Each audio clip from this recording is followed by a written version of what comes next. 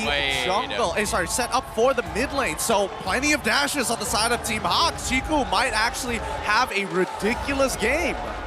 It's honestly terrifying right there. Phobia's mid lane. We already know how fast Chiku can farm if he's given some space there. And like you mentioned, Team Hawk, there is a lot of mobility on this team. It could completely cripple their fighting if TODAK are able to time it properly. And on their side, they've got a lot of options. So much dashing, so much initiation and disengage with the guiding winds.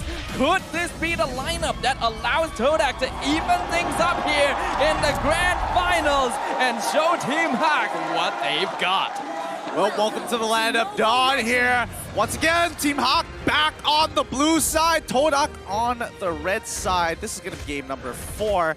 And I want to see how Chiku plays this out. The only other team we've seen so far actually do a composition where they put Phobius in the mid lane, coming in from last season, was Team Caracal. And this current season would be Red Esports, I guess. Red Esports. I mean, sorry, Suhas was the one playing it last season. HY from RSG MY was the one utilizing it, but we didn't see it from RSG as well. So, well, we'll see how this early game goes. They're gonna contest a little, but it seems like Gary is going to be a little bit late to the party here. Understandable. That is going to be a Fanny on the opposite side. Rival's jungle clear is going to be really speedy, and Team Hawk doesn't really have the tools to try and mess him up. They're gonna do some poke over the Chiku, but the Phobius is still fairly tanky at this point as well. Not to mention that once the Blessing comes on active, the Roam Blessing coming in from Yumski specifically, he's going to make sure that Chiku can stay in lane for a very, very long time to scale. Now, seeing how this is actually happening as of now, I feel like based on the current scenario from TODAK, the win condition is obviously going to be having rivals always way through, but as soon as I say this... Formaze nearly gets one shot, but Gary has run out of cooldowns. He's juking Rival though, like a master, and the Fanny won't be able to find the return himself. Meanwhile, Min and Man, they're waiting in the mid lane, see if they can catch anyone out, but I doubt they have the damage to finish anyone at this state. I'm really surprised that Min and Mon didn't rotate earlier to actually pick that kill up onto Formaze early on.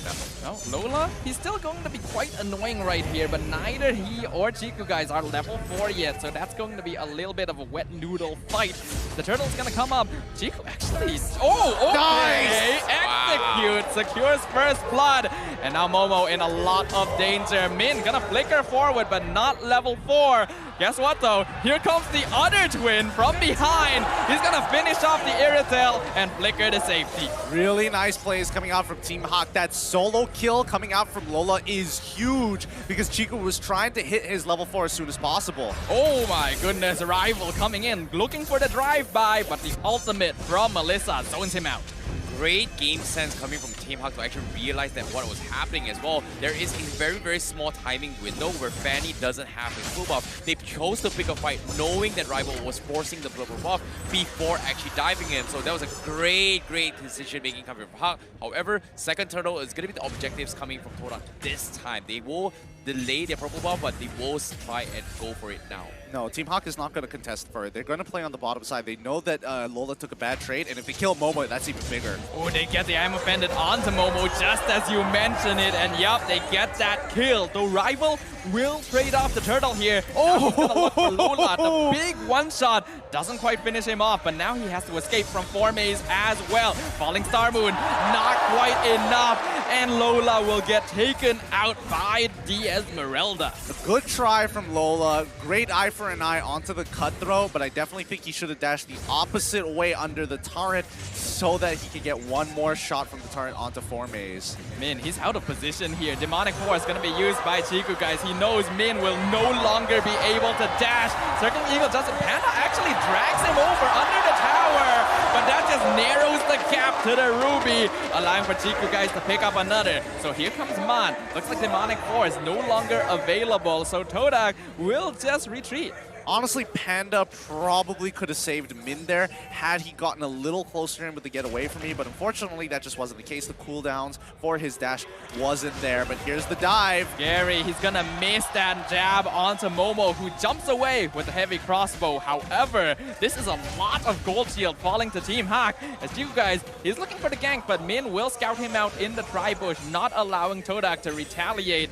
Rival, is he looking for something here? He wants the ambush. He sees Man. He wants this tasty morsel, but Gary stops him with a knockout strike. Oh! And now he gets CC'd. Pulled back from the guiding winds. However, Yusuke saving him. Man gets the final hit. Demonic Force popped down by Chiku, guys. Finishes off the Valentina. Falling Star move from Formage to catch up to Min as Panda pops models. Pops a really nice ultimate to completely stop TODAK in their tracks. That's what we wanted to see from Panda earlier. I can't believe it. They managed to get away with that one. They got a kill, and now Chico's in trouble. Yep, Gary's still looking for the fight. That's a bad idea. Momo's starting to build up DPS. They have to give this tower away.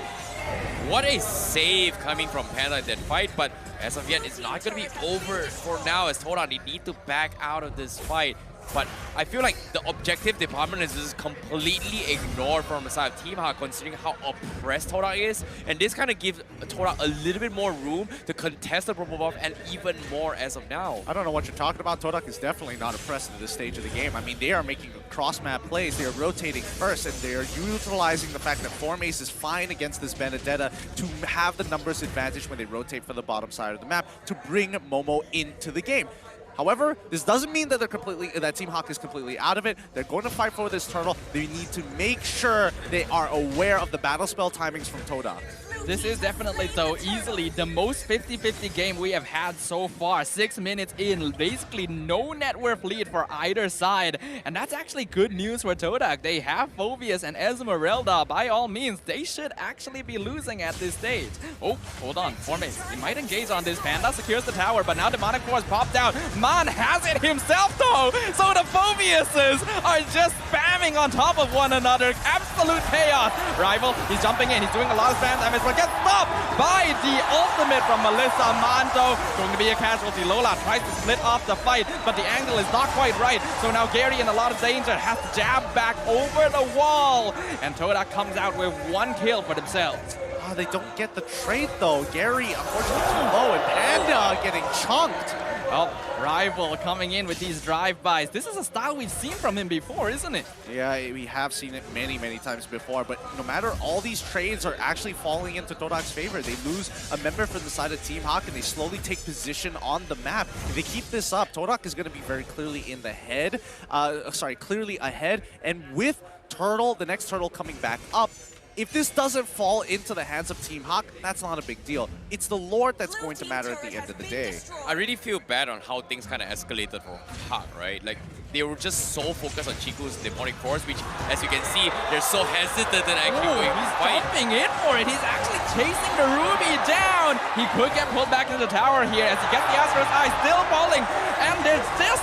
Why are they still dashing? Stop dashing! You're giving Chiku guys Demonic Force proc. They'll finally take him out. I don't feel like Min needed to die there. He couldn't erase the habit of a Ruby player dashing after his ability, and that cost him his life. Yeah, I think that's a really important kill as well. Panda with Berserker's Fury, and I think Chiku was feeling confident the moment he got an Ice Queen's Wand. And yes, you heard it right. He got an Ice Queen's Wand first instead of a Clock of Destinies.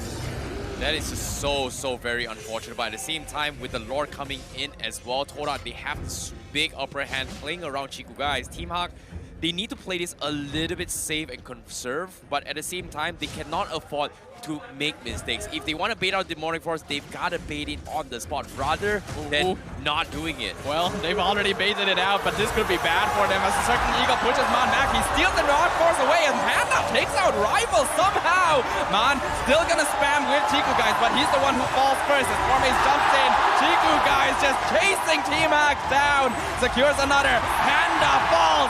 Killing spree to Formace.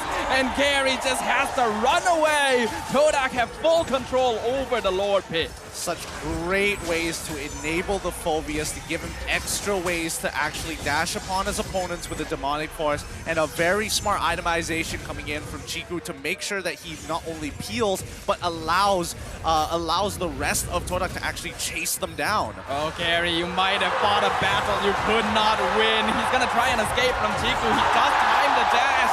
but he is way too low on HP. Chiku secures it, gets pulled back to safety, all while Rival was securing the Lord. Such a creative draft coming in from TODAK here. Chiku, is he finally dead? He might be here, but he's regenerating so much. He had to be CC chained. Even the I'm Offended used on him alone for Team Hawk to finally secure that kill. Impressive stuff. Honestly impressive stuff, but it's not over just yet. New engagement. Why are they fighting so much? Yumski initiates. Here comes Rival. He has Blade of the Heptases. He's going to cut off the wave entirely, but Mon actually does escape with a heavy crossbow. Lola, though, he will have to be sacrificed for the rest of his team to escape. Lola tried. He tried to finish off Momo, but the execute just was not enough as Momo, with his Purify, stays alive much longer than he was expecting to. Smart rotation, smart decisions coming from Team Hawk. They finally realized that they need to figure a way with Chiku's perspective. But what I want to know now is that can they defend against this Lord? Because as of yet, it feels like they're just struggling to do so, and TODAK is just so darn tanky. Yup, TODAK, their lineup is hitting their power spike right now, and Formaze, he's already a super farm, 3-0 on the Esmeralda. Difficult for Team Hawk to break through.